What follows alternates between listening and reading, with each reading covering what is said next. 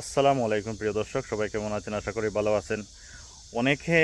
অনেকেই আমার কাছে জানতে চাইছেন যে লাক্সেমবার্গ বা সুইডেন বা এই সুইজারল্যান্ড ওইগুলো আর কি ভিসা বাংলাদেশ থেকে হয় কি না। আসলে আমি আপনাদেরকে বলছি, এটা আসলে সম্পূর্ণ ভুয়া।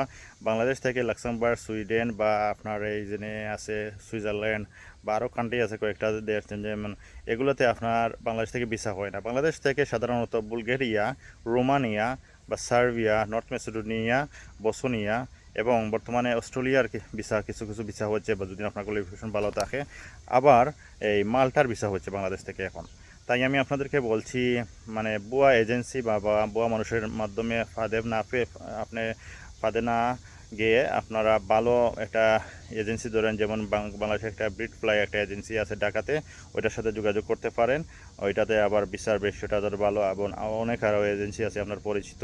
তাই এই বাজে যে এজেন্সি দালালের মাধ্যমে আপনারা ফাঁদে না গিয়ে আপনারা ভালো মাধ্যম ধরে আবেদন করান।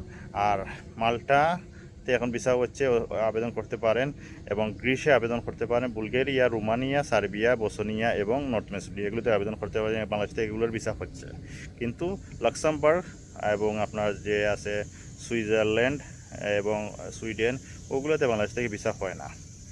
ওকে, আল্লাহ হাফিজ, ভালো থাকেন।